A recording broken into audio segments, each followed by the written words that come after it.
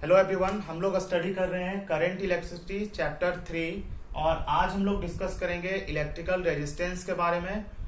तो electrical resistance कहने का मतलब है it is a property of the body. Means कोई जरूरी नहीं है कि ये सिर्फ कंडक्टर के लिए वैलिड हो, लेकिन इस चैप्टर में हम लोग बेसिकली कंडक्टर के बारे में डील कर रहे हैं, स्टडी कर रहे हैं, इसलिए it is a property of the conductor due to which it opposes the flow of current in a conductor.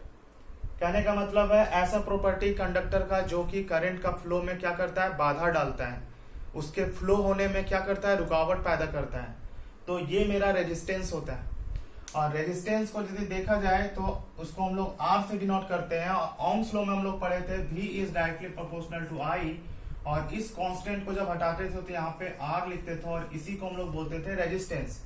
तो यदि मैथमेटिकल फॉर्मूला देखा जाए तो R is equal to V upon I, ये मेरा रेजिस्टेंस का फॉर्मूला होगा। यहां से यदि SI यूनिट का बात किया जाए तो SI यूनिट पोटेंशियल का होता है क्या, वोल्ट, और करंट का होता है एम्पियर। यानी सिंपली देखा जाए तो वोल्ट पर एम्पियर। लेकिन R का जो कॉमनली यूज होता है SI यूनिट वो होता है ओम, और जिसको हम लोग डिनोट करते हैं इस सिंबल से, ओम, जिसको इस सिंबल से डिनोट करते हैं। और दूसरा यूनिट वोल्ट पर एम्पियर। यदि यहां पे V का वैल्यू 1 वोल्ट हो और करंट 1 एम्पियर, तो इसको हम लोग बोल सकते हैं 1 ओम। कहने का मतलब है यदि हमको 1 ओम रेजिस्टेंस को डिफाइन करना है तो हम लोग सिंपली बोलेंगे कि जब पोटेंशियल डिफरेंस 1 वोल्ट के चलते 1 एम्पियर का करंट प्रोड्यूस हो तो उस समय का जो रेजिस्टेंस होगा उसको हम लोग बोलेंगे 1 ओम। तो ये मेरा था इलेक्ट्रिकल रेजिस्टेंस। यदि हम लोग जस्ट इसके रेसिप्रोकल, कहने का मतलब है कंडक्टेंस, रेजिस्टेंस का रेसिप्रोकल होता है कंडक्टेंस। इलेक्ट्रिकल या तो डायरेक्ट लिख सकते हैं हम लोग कंडक्टेंस। नाम से पता लगता है कंडक्टेंस मीन्स कितना कंडक्ट होने देता है इलेक्ट्रिसिटी को। रेजिस्टेंस क्या करता है, फ्लो ऑफ करंट को अपोज करता है, लेकिन ये क्या करेगा, करंट का फ्लो जो है उसमें ये करंट का फ्लो को इंक्रीज करेगा। कहने का मतलब है कितना ज्यादा करंट फ्लो हो रहा है वो डिपेंड करेगा कंडक्टेंस पे। तो कंडक्टेंस जिसको डिनोट करते हैं G से, याद होगा जब ओम्स लॉ हम लोग स्टडी कर रहे थे तो हम बोले थे I is directly proportional to V भी लिख सकते हैं और V is directly proportional to I भी लिख सकते हैं। लेकिन यहाँ पे जो प्रोपोर्शनलिटी साइन हटाने के बाद कांस्टेंट जो यूज करते हैं वो यूज करते हैं R, जिसको हम लोग रेजिस्टेंस बोलते हैं। लेकिन इस केस में यदि हम लोग प्रोपोर्शनलिटी का साइन हटाएंगे तो यहाँ पे 1 अपॉन R यूज करते हैं, जिसको कि हम लोग बोलते थे कंडक्टेंस, और जिसको डिनोट करते हैं G से, G is equal to 1 upon R। इस रिलेशन से देखा जाए तो जितना रेजिस्टेंस ज्यादा होगा उतना कंडक्टेंस क्या होगा, कम होगा। तो यहां से पता लग रहा है कि जितना करंट का फ्लो में ऑपोजिशन होगा उतना कम कंडक्टेंस होगा। तो ये एक दूसरे से रिलेटेड है, G is equal to 1 upon R। तो कंडक्टेंस मेरा हो गया रेसिप्रोकल ऑफ रेजिस्टेंस, यानी G is equal to 1 upon R। R का SI यूनिट था क्या, ओम, जिसको कि इस सिंबल से डिनोट करते थे। तो इसी तरीके से यदि रेसिप्रोकल देखा जाए तो SI यूनिट जो G का होगा वो मेरा क्या होगा, पर ओम, या तो हम लोग इसको बोलते हैं महो, MH वो, जस्ट इसको उल्टा कर देते हैं। तो SI यूनिट पर ओम भी लिख सकते हैं, महो भी लिख सकते हैं। या तो जॉर्ज साइमन ओम उसके नाम पे इसको हम लोग साइमन भी बोलते हैं। तो तीनों में हम लोग कुछ भी यूज कर सकते हैं, ओम पर मतलब पर ओम, महो या तो साइमन। यहां से क्लियर है इलेक्ट्रिकल रेजिस्टेंस मेरा कि किसी भी कंडक्टर से कितना करंट ज्यादा फ्लो कर रहा है, कंडक्टेंस कितना कम फ्लो होने दे रहा है, रेजिस्टेंस। तो दोनों एक दूसरे से interrelated, G is equal to 1/R। तो ये रिलेशन याद रखेंगे। अब हम लोग देखेंगे इलेक्ट्रिकल रेजिस्टिविटी।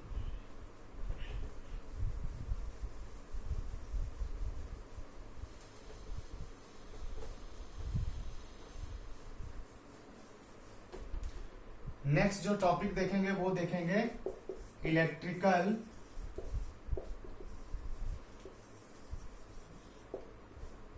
रेजिस्टिविटी, जिसका दूसरा नाम है स्पेसिफिक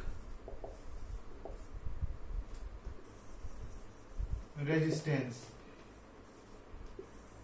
या तो इलेक्ट्रिकल रेजिस्टिविटी या तो स्पेसिफिक रेजिस्टेंस, जिसको डिनोट करते हैं रो से।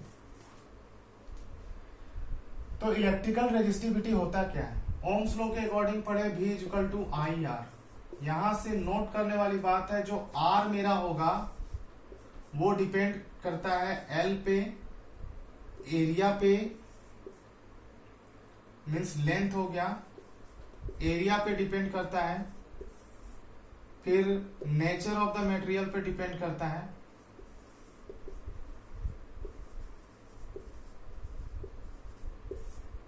टेम्परेचर पे डिपेंड करता है। लेकिन R जो मेरा है वो पोटेंशियल डिफरेंस V और I पे नहीं डिपेंड करता है।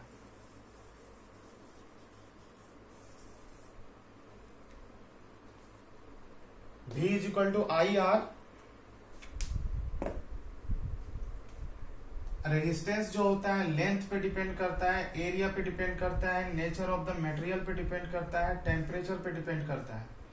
लेकिन ये किस चीज पे डिपेंड नहीं करता? पोटेंशियल पे डिपेंड नहीं करता है और करंट पे डिपेंड नहीं करता है। सिंपली यहाँ एरिया कहने का मतलब है ये डायमेंशन पे डिपेंड करता है। तो हम लोग यहां से देख सकते हैं जो फैक्टर है अफेक्टिंग द रेजिस्टेंस,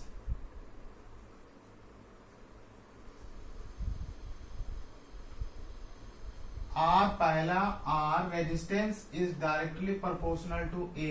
जितना ज्यादा एरिया बढ़ेगा उतना ज्यादा रेजिस्टेंस होगा।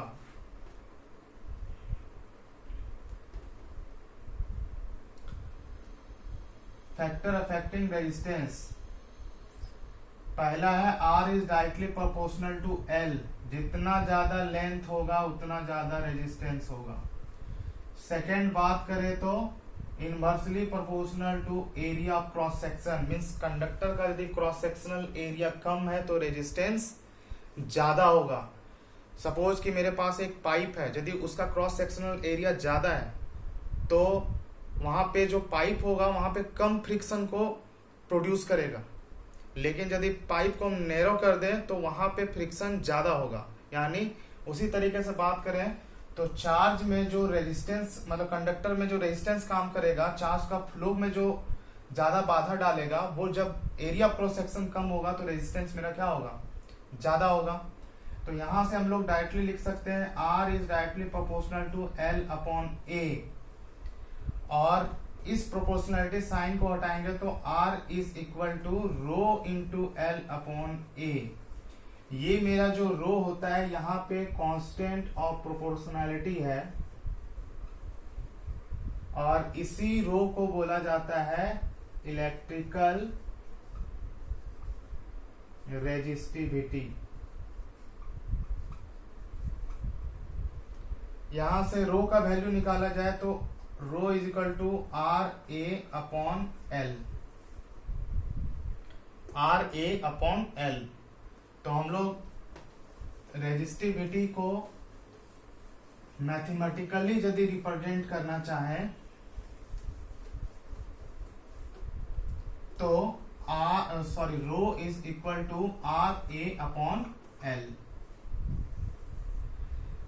यदि length of the conductor L 1 metre हो और area of cross section 1 metre square हो, तो उस समय रो किसके इक्वल होगा? आर के। मीन्स रेजिस्टिविटी को यदि डिफाइन करना चाहे तो हम लोग बोल सकते हैं कि जब किसी भी कंडक्टर का लेंथ 1 मीटर और area of cross section 1 metre square हो, तो उस समय का जो रेजिस्टेंस होगा उसी को हम लोग क्या बोलेंगे? Electrical resistivity. साथ ही साथ यदि रेजिस्टिविटी का बात किया जाए तो रेजिस्टिविटी हमेशा डिपेंड करता है nature of the material and temperature. इन दो फैक्टर पे ये डिपेंड करता है, बाकी बात इसको किसी से मतलब नहीं है। तो ये मेरा था इलेक्ट्रिकल रेजिस्टिविटी। जिस तरह रेजिस्टेंस का रेसिप्रोकल था कंडक्टेंस, उसी तरह हम लोग रेजिस्टिविटी का जो रेसिप्रोकल होगा उसको बोलते हैं कंडक्टिविटी, और इसको डिनोट करते हैं सिग्मा से। तो the reciprocal of resistivity is known as conductivity। तो सिंपली हम लोग लिख सकते हैं सिग्मा इज इक्वल टू 1/रो। जितना कम होगा रेजिस्टिविटी उतना ज्यादा कंडक्टिविटी। दोनों का यदि एसआई यूनिट का बात करें तो रो इज इक्वल टू क्या था? R A upon L.